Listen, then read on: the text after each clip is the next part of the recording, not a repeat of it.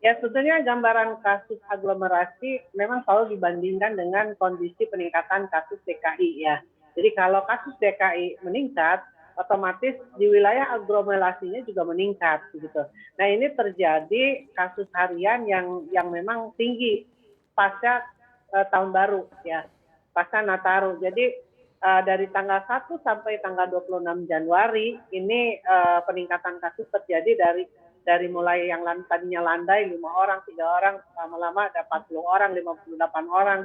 Dan kalau kita hitung dari 1 sampai 26 Januari itu hampir 1 bulan itu ada sekitar 939 kasus.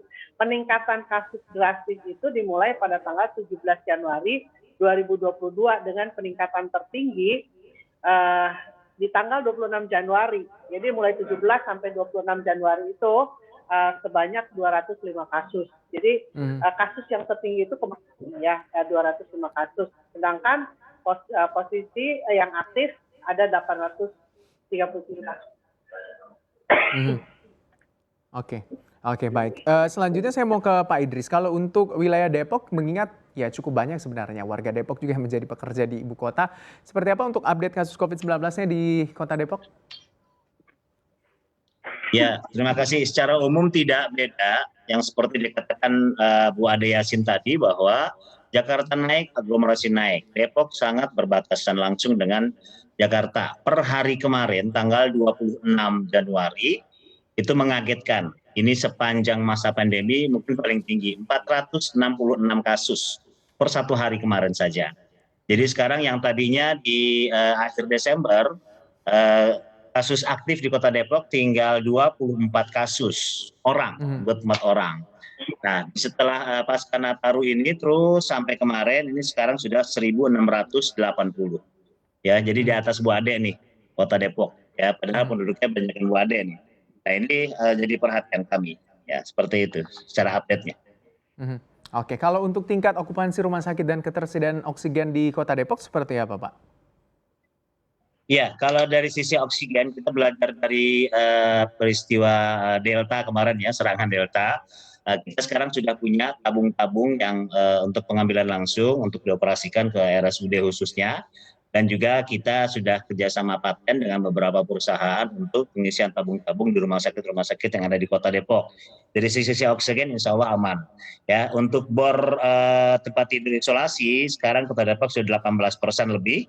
Untuk ICU-nya 4,55% ini untuk per ICU-nya. Jadi ini sudah tinggi, jadi perhatian kami. Positivity rate-nya juga sudah tinggi, sudah hampir 5, 4,30 sekian.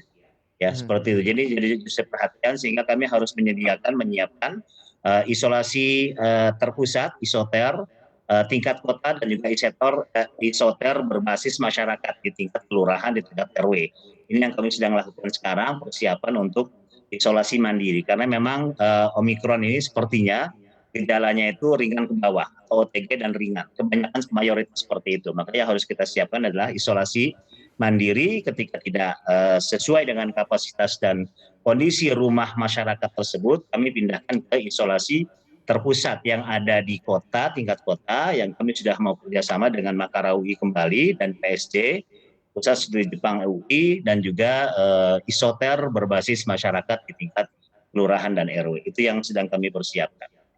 Kalau Kabupaten Bogor seperti apa, Bu Ade, untuk tingkat okupansi rumah sakit dan ketersediaan oksigen? Ya, okupansi rumah sakit sih sebetulnya masih rendah ya, karena rata-rata itu yang terkena COVID itu OTG. Jadi kita bor kita masih 11% untuk ICU juga di bawah 11%.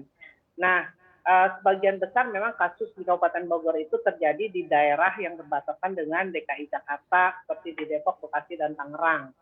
Nah, yang tercatat di kami itu 40% adalah warga yang tinggal di Bogor, tapi sebagian besarnya itu adalah warga kabupaten yang tinggal di luar Bogor. Di antaranya adalah di Jakarta, Tangerang, termasuk Depok dan Bekasi. Nah, ada yang dari Bogor juga terkena itu. Biasanya ini yang kami kayak hasil pengamatan dari Dinas Kesehatan juga sebagian adalah yang menggunakan akses KRL sebagai penduduk yang berbatasan, yang bekerja di perbatasan atau di Jakarta dan sekitarnya. Mhm. Jadi eh,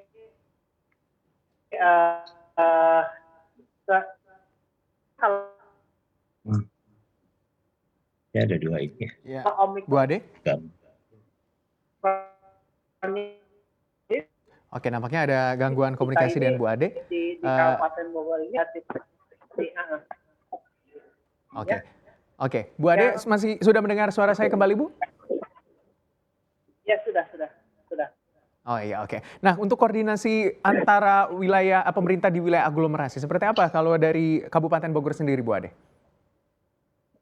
Ya, sebetulnya pengendalian kasus kami di wilayah kami ini tentunya kan rumah sakit kami dan tidak isinya tidak hanya warga Kabupaten Bogor, tetapi ada juga yang di Depok, dari beberapa wilayah lain, terutama di Rumah Sakit Cibinong juga banyak yang dari Depok. Jadi adalah kita menyediakan fasilitas atau pasienkes yang tidak melihat asal daerah. Jadi banyak kasus Kabupaten Bogor yang juga dirawat di Jabodetabek, begitu juga sebaliknya. Di Rumah Sakit Bogor juga banyak yang dirawat pasien-pasien dari wilayah aglomerasi. Itu waktu kejadian tahun lalu.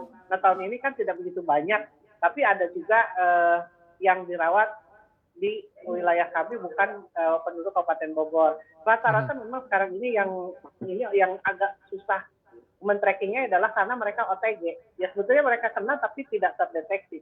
Jadi yang kami deteksi adalah yang paling terdekat, misalkan satu keluarga ada yang kena misalkan. Nah yang kita periksa adalah keluarganya dan beberapa teman dekatnya. Tapi orang-orang yang OTG ini yang berbahaya, yang tidak dia memeriksakan diri, tapi kita juga tidak periksa karena kita tidak tahu bahwa orang tersebut kena COVID begitu. Ya mudah-mudahan ya ini COVID yang sekarang ini tidak berat ya, sehingga tidak cukup membuat kita harus benar-benar seperti tahun lalu gitu, krisis oksigen dan lain-lain. Mudah-mudahan tahun ini kita berharap ya COVID ini tidak terlalu berbahaya, tapi upaya bersama seperti pemantauan perbatasan, pemberlakuan ganjil genap dan kerjasama antar satgas ya saya kira harus terus dilakukan gitu. Pak Idris, kalau upaya dari Kota Depok dengan komunikasi dengan daerah-daerah aglomerasi dan juga upaya untuk menekan gitu ya lonjakan kasus COVID-19 varian Omikron seperti apa, Pak? Ya, sebenarnya yang kami minta juga kami berharap pihak provinsi dalam ini gubernur sebagai pimpinan kami berkomunikasi dengan Gubernur DKI dan Gubernur Banten seperti yang dulu-dulu. Ya, dilakukanlah komunikasi dan koordinasi. Ini khususnya yang sekarang kami lagi ketar-ketir ini adalah masalah pelaksanaan penyelenggaraan PTM, pembelajaran tatap muka. Sudah sekitar 13 anak SMA yang kena dari 10 sekolah, ya dari 13 siswa dari 10 sekolah terpapar, dan tentunya tracingnya ini macam-macam. Ada yang 47, ada yang 74, ada yang 100, bahkan pondok pesantren sudah kena juga untuk pelajar SMA-nya.